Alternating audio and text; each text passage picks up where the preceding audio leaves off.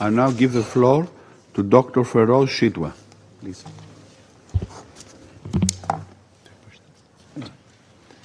Thank you, Mr. President, members of the Council. My name is Dr. Feroze Sidhwa. I am an American trauma and critical care surgeon based in Stockton, California. I come before you today to speak about the Gaza Strip, where I have volunteered twice since October 7th.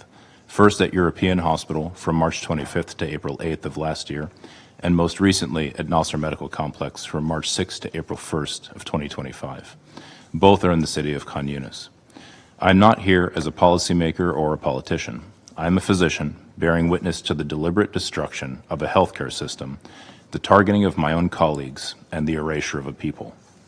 The Constitution of the World Health Organization states that the health of all peoples is fundamental to the attainment of peace and security and is dependent on the fullest cooperation of individuals and states. I've taken this to heart, and it is the reason I volunteer in conflict zones from Haiti to Ukraine to Gaza. In Gaza, I operated in hospitals without sterility, electricity, or anesthetics. Surgeries took place on crowded and filthy floors. Children died not because their injuries were unsurvivable, but because we lacked blood, antibiotics, and the most basic supplies that are readily available in any large hospital anywhere else in the world. I did not see or treat a single combatant during my 5 weeks in Gaza. My patients were 6-year-olds with shrapnels in their heart and bullets in their brains, and pregnant women whose pelvises had been obliterated and their fetuses cut in two while still in the womb. Mothers sheltering in the hospital cooked bread on hot plates in the emergency department during mass casualty events, as we dealt with the rain of fire and death falling around us everywhere. Mr. President, the foundations of life in Gaza, family, health, and community, have been shattered. The medical system has not failed. It has been systematically dismantled through a sustained military campaign that has willfully violated international humanitarian law. Civilians are now dying not just from the constant airstrikes, but from acute malnutrition, sepsis, exposure, and despair. Between my 2 visits to Gaza, I witnessed a sharp decline in patients' health, driven not just by injury, but by worsening hunger and malnutrition that left their bodies weaker, their wounds slower to heal, and their survival far less certain. And let's not forget, this is a man-made catastrophe. It is entirely preventable. Participating in it or not, allowing it to happen is a choice. This is a deliberate denial of conditions necessary for life: food, shelter, water, and medicine. Preventing genocide means refusing to normalize these atrocities. It means refusing to dehumanize the Palestinians, to refuse to see them as calories counted or numbers of trucks moved.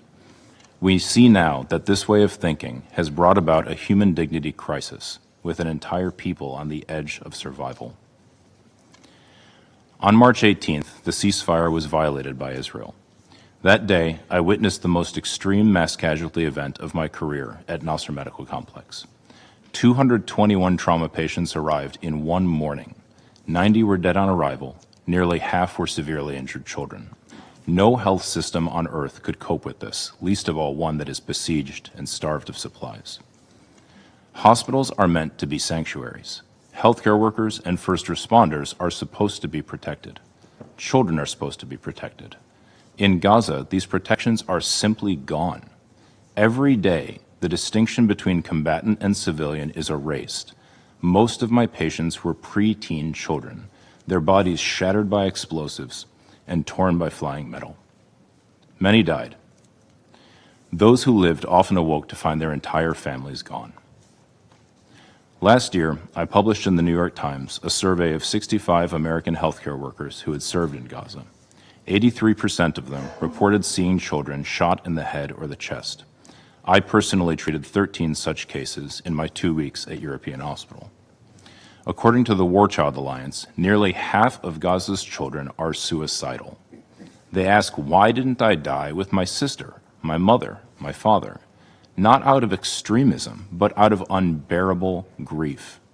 I wonder if any member of this council has ever met a 5-year-old child who no longer wants to live, let alone imagined a society in which so many young children feel this way. And what astonishes me is not that some children in Gaza have lost the will to live, but that any still cling to hope.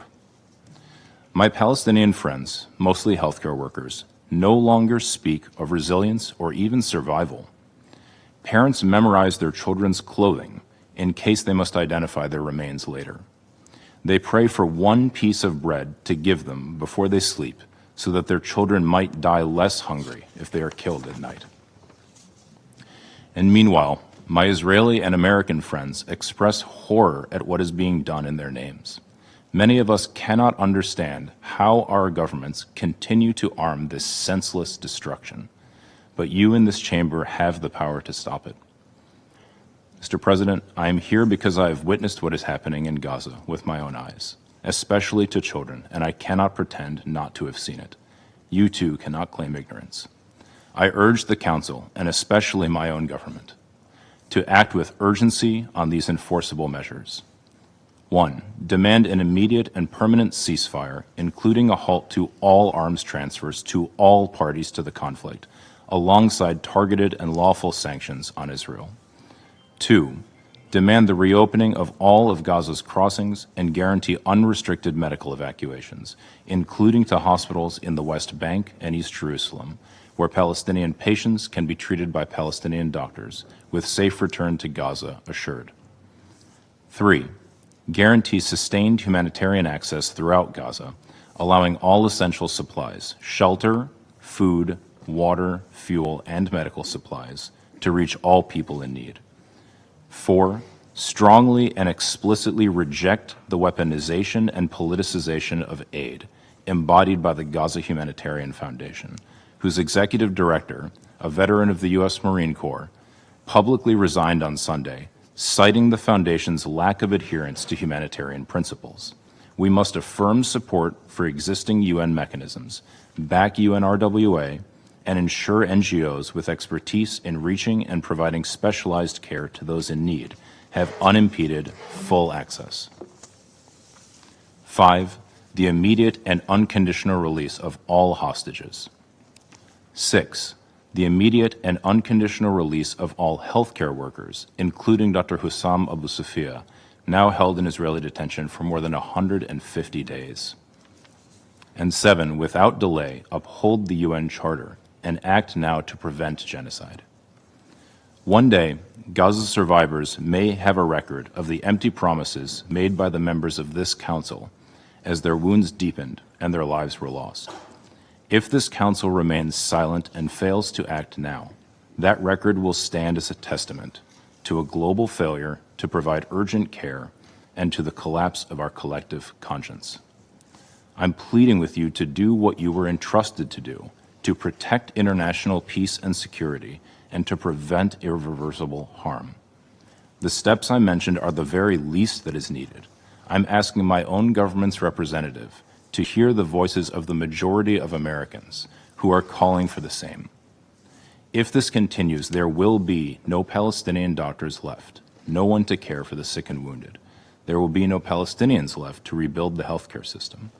We are losing a generation before our eyes, condemning people to die of hunger, disease, and despair, deaths that could be easily prevented. Thank you. I thank Dr. Sidhwa for his briefing.